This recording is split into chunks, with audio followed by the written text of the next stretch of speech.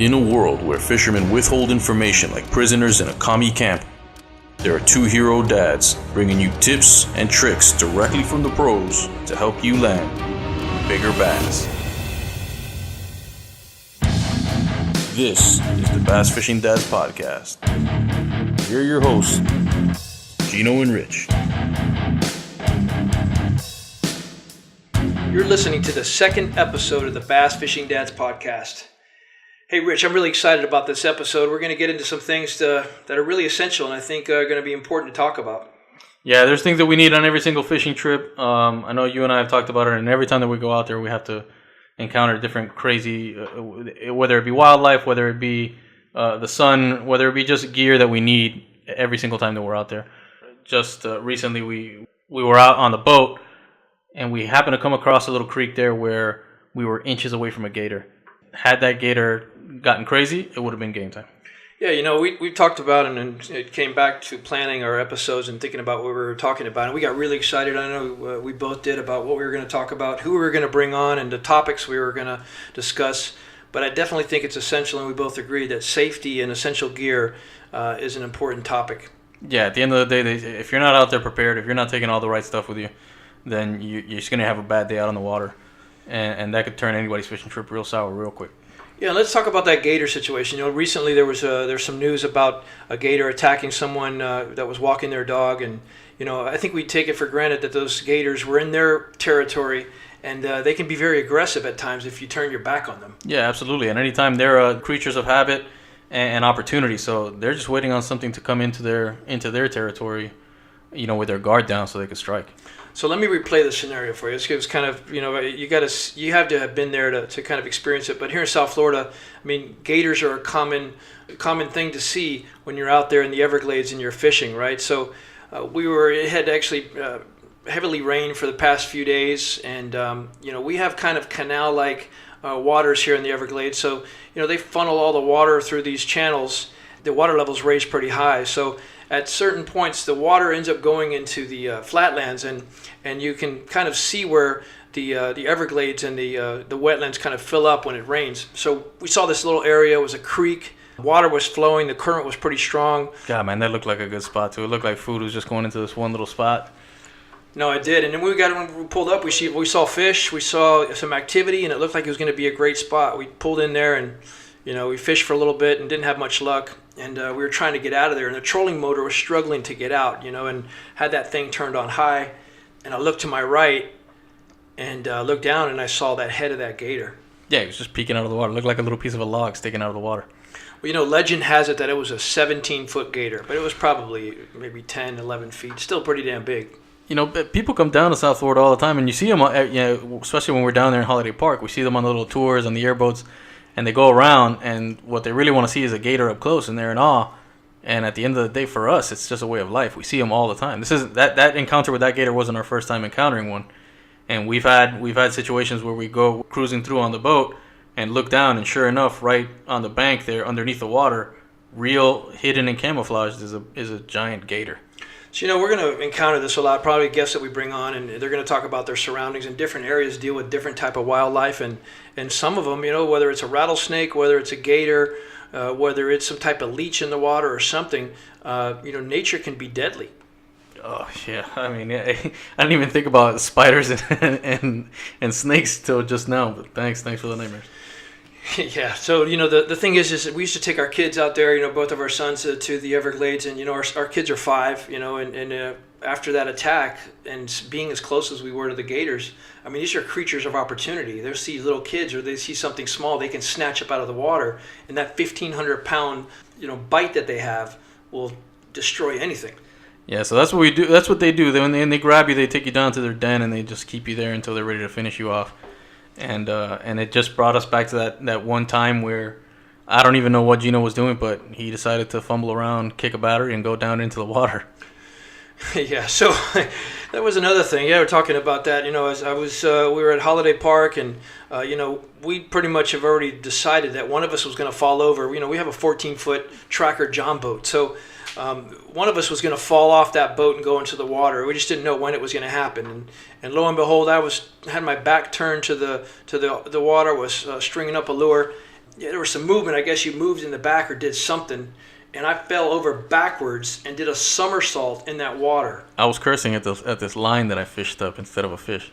Luckily, that GoPro was running, and I'm sure. I mean, I can't try to stop you from putting it out there, but I got a feeling that it's going to be posted somewhere for people to see it. Absolutely, right on our website and on our Facebook page. Man, you're going to have to give me that password so I can kind of delete this kind of stuff, because I'm afraid you're going to be putting out there videos that I don't want to be seen. It's sorry, man. It's out there. Once it's out there, and it's going.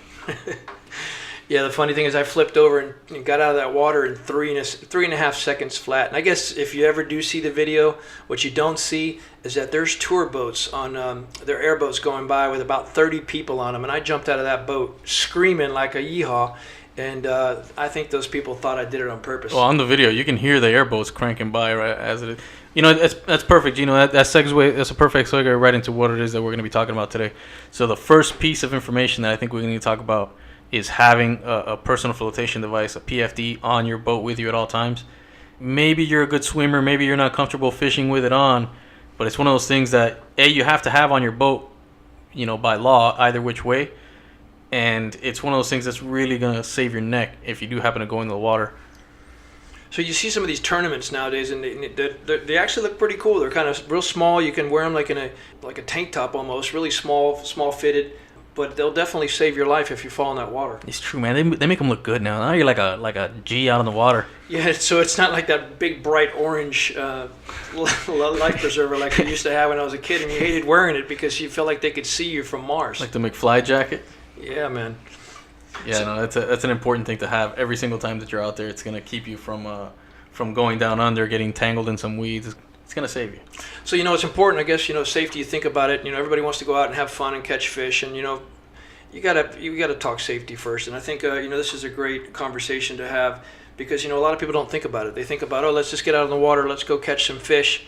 And the safety aspect of it, everybody assumes that you're just going to be safe, you know, and I know how to swim, I'll be fine, you know, and it's something that you got to constantly think about. No, there's a ton of stuff out there that's going to make your day real bad. Another thing that we were talking about is in our own adventures out there fishing, we've talked about being out there and not having any cell phone reception whatsoever. And sometimes when you're out in the glades and you're out there and anything happens, that's a scary situation to be in.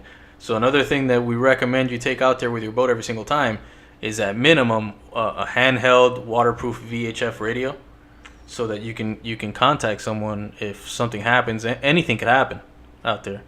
I mean, even let's just say you didn't keep your hands and feet inside the ride at all times, and a gator bites off your foot. You still have your fingers to make the call. That's right. You know, it's funny. I go out there and I think to myself, man, I don't have no cell phone signal. I don't have no computer. This is beautiful. It doesn't get any better than this. Good God, man, you're right about that. When the wife can't call you. Well, when the wife can't call you, the boss can't call you, or your kids can't call you. And they're asking for something, or there's some type of trouble. You know, it's I guess it's a good situation. Where's my toy? Build me a bicycle, clown. Yeah, exactly. Where's my fidget spinner? Yeah, exactly.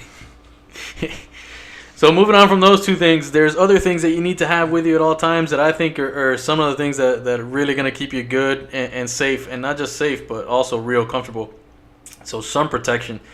I know I wear a lot of gear out there. I go out there looking like the fishing Rambo or Predator or something. I come decked out with stuff all over my face and hats and glasses.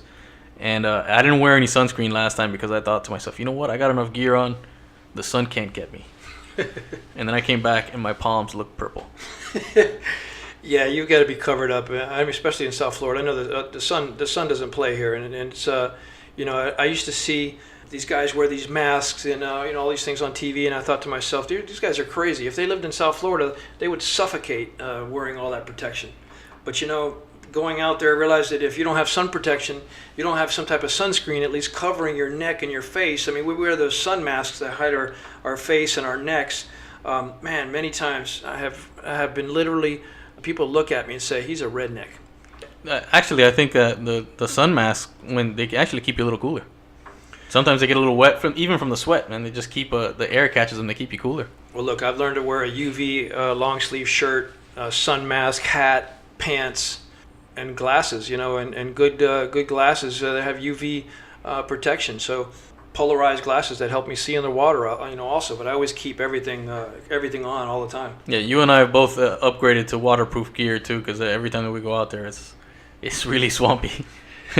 Yeah. There's nothing worse than sitting around with swampy bottom on your boat when you're trying to fish. Well, not just that, it looks stupid too. You really like a goofball. I remember that one time I was out there waiting for you, and I got caught in this really mean rainstorm out there. And I didn't have any gear yet. I didn't have a waterproof jacket. I didn't have any of that good stuff. And I was just, I was fishing right by a couple dudes. I was by myself on the boat. I had a poncho from like Walmart, like $1 one, because I'm a cheap bastard. Does it look like a garbage bag? It's the one that looks just like a garbage bag, real thin and flimsy. Well, that is actually a garbage bag. They just actually they cut the holes in it to make it look like a poncho. Well, I strapped on my garbage bag. Was it made by Hefty? No, it was Walmart brand, because I wouldn't even get the Hefty one. All right. That was probably $3. So I strapped on my poncho, and the guy sitting next to me had like full on Columbia bibs and stuff, the Gore-Tex business, and they were looking comfortable, and I was soaking wet. I looked like a bird. The boat was filling with water. It was sad day. Were you still casting? I was still casting, yeah, like a man. Yeah. You had to keep casting. You couldn't actually fold up in the fetal position on the boat in the Hefty bag. I wanted to, but let me tell you, those guys, I'm sure they were laughing up a storm at me. It might have been better to invest in one of those umbrella hats. That's the multicolored, the pied ones. Yeah. Yeah. Man, it's crazy. You don't think about these things, man, but over time, I guess the more you fish, the more you realize, these things are important, and you spend the money on it, because look, a lot of this stuff's not cheap, and then you spend the money on it, and then when something happens, you can survive the storms, because we have those crazy rainstorms down here. It rains for 5 minutes, and rains heavy, and then 20 minutes later, it's raining again. So it's and your boat's underwater. Yeah, and your boat's underwater. There's no predicting the rain out here. Yeah, well, it's an investment that you got to make, and it's one of those investments that you're not going to be sorry about, because it's not one of those things you're just going to trash. These are things that you're going to use, and they're going to keep you safe and comfortable. Like I said, it really sucks when you're out there and people are laughing at you and you're in your garbage bag. And the other thing that I notice a lot, and, we don't do it, but I know that when I was growing up, the big thing to do was go out on a boat and just fill the cooler up with beer. And water wasn't a necessity, but beer was. So you'd have enough beer in the cooler to last you for 2 days, and maybe 2 bottles of water. You see that, and that's how my dad and my uncle used to like to go out and party on the water and fish and just drink a lot of beer. Now look, there's a couple things, man. I'm not judging people do what they want to do, but personally, man, I have fun just drinking water and soda and keeping myself hydrated. But look, the key thing here is that don't take the beer out of the cooler, but make sure you got plenty of water. My dad used to say that a beer had yeast in it and stuff, so it was like a sandwich in a bottle.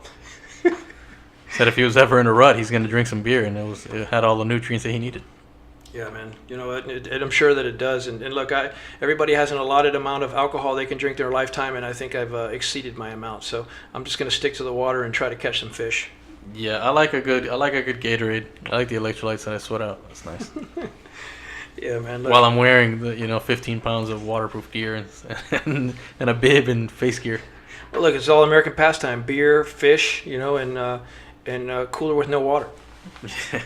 But look, water's important. Stay hydrated. I mean, you can't drink enough water when you're out there, and sometimes you don't realize it. You're fishing, you just want to cast that extra cast, and you just you're not thinking about it. And before long, heat exhaustion.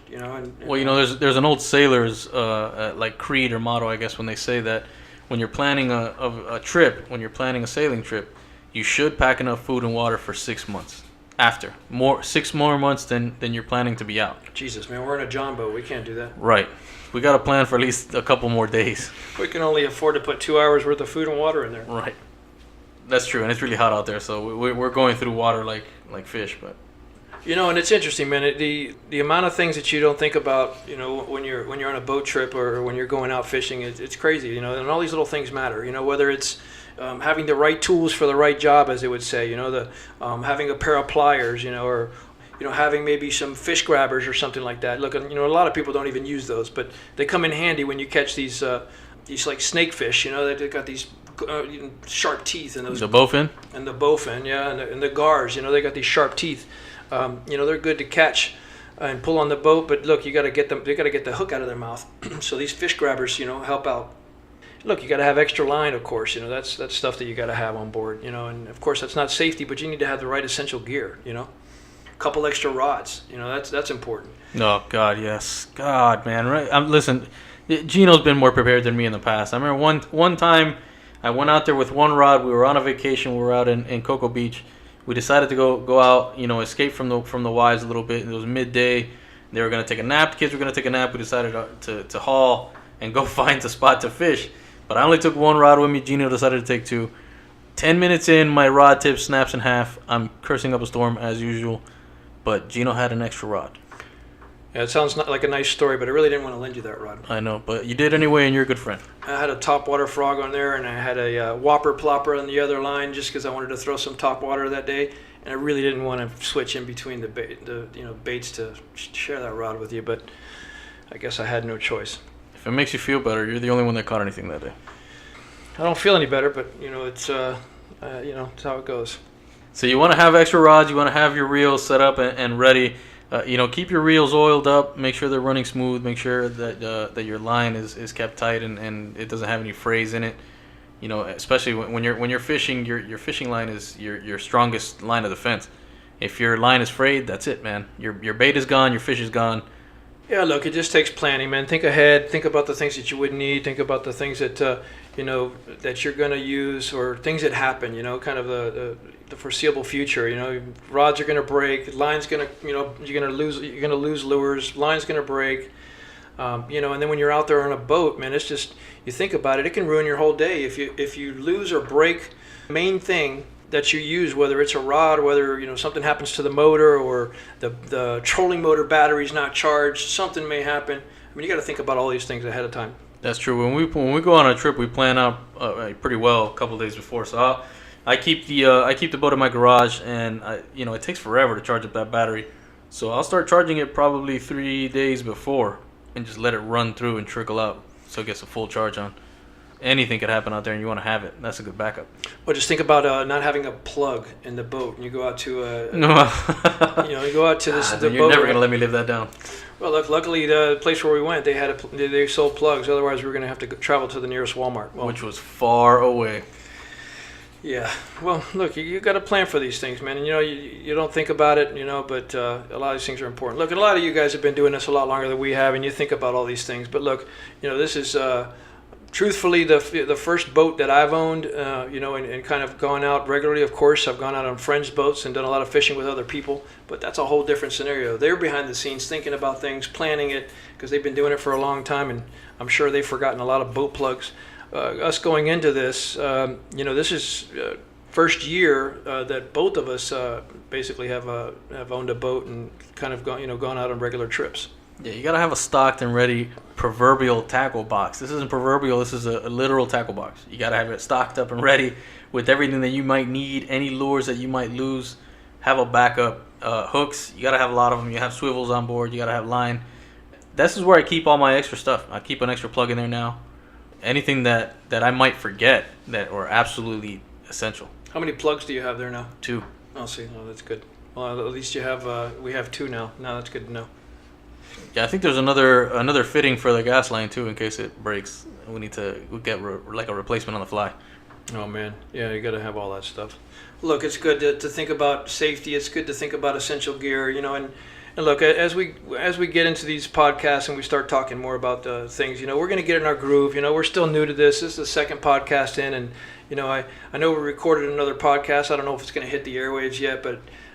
This is just something that we're getting into, and we hope that as we get more into this, that we'll have participation from the listeners, and we want you to message us on Facebook, Twitter, send us pictures on Instagram, and so that we can stay connected, because there's some topics and some things that we'd like to talk about. We want to know what you guys want to talk about, what questions you want answered. You can go to our website at bassfishingdads.com and hit ask us a question. That'll come directly to us. Make sure you leave us your name and where you're from.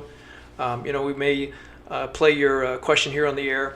We want to know what you guys want to listen to, what you guys want to talk about. Well, this is a fun topic of conversation. I think it's this week I've seen a lot of stuff go out with people with hooks in their faces. So it'd be interesting to hear your stories, your horror stories. So send them on our way. I like to hear them. We like to share them and see what else everybody's gone through. I know we've had our fair share. You know, the reason why I decided to carry an extra fitting for the fuel line on board was because Geno looks like a catapult, man. That's how you launch lures into the water with your rod, man. You back up, and there's been plenty of times that I can kiss that lure before it goes. So it's either gonna end up on my face, I know, one day. So that you should think about that. But I also thought about it getting caught on this fuel line. Oh man. And then yanking up, and then we're stuck out there. Yeah, that's all kind of bad there. That's a big problem. And look, there's gonna be many different topics that we're gonna cover, and we're gonna find that as we get into this and get more serious about what we're doing here, that we're gonna learn a lot. That's really the biggest thing. And I hope today the tip, or maybe you can think about, are you on your next trip? Are you bringing everything you need? And I'm sure that a lot of you that are listening have definitely had some times where you may have forgotten something, or something broke, or you didn't have the right safety gear. And hopefully, there's not anyone listening that's had some tragedy happen out there on the water, because it does happen. So hopefully we want to prevent that. Think about things ahead. And if you're out there fishing with your children and you're in areas that you don't know very well, just be aware of your surroundings. Make sure that you know what's going on, and just be aware. That's all. That's really the key thing here, is be aware of your surroundings. I mean, none of us are Crocodile Dundee. We all can be a victim to nature if we're not paying attention, if we're not being vigilant in what we do. So be mindful. I am, mate. All right. I carry a knife. There you go. You don't want to end up like me, looking like a damn buffoon, man. My hands look like I was wearing red gloves. Yeah, that was pretty bad sunburn. So if you forget your sunscreen, have gloves. Man, I've had my neck burnt so bad, as I mentioned earlier. I think I was literally called a redneck. It was very literal. Yeah, exactly. Well, man, I think that should do it. I mean, do you have anything else you want to bring up? No, other than going on to our Facebook page and go ahead and follow us there. I'm going to eventually, once this hits the airways, I'm going to go ahead and put that video of Geno going into the water and laughing a little bit. Go ahead and share yours. We'd like to see it. Share it with other friends that you think might get a good laugh, because that's a good, funny video. You could also follow us on Instagram and Twitter at Bass Fishing Dads. This is a platform that we use all the time, and we're active on there all the time, and that's the place we like to have fun. Yeah, and I think you just started the Facebook group, right, for Bass Fishing Dads? That's right. Yeah, so go out there and join the Facebook group as well. We hope you enjoyed this episode of the Bass Fishing Dads podcast.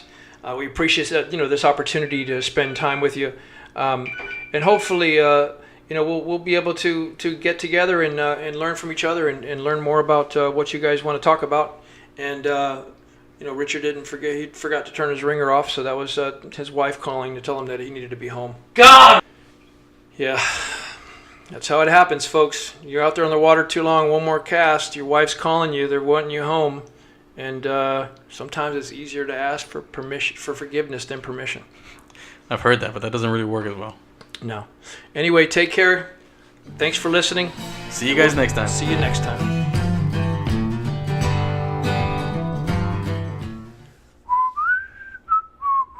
Oh, hey man, how you doing? Wow, you made it through all the way to the end. That's awesome. I didn't think anyone even listened to the podcast. Thanks for tuning in. Stick around, we're going to have a few more coming up. Catch you next time.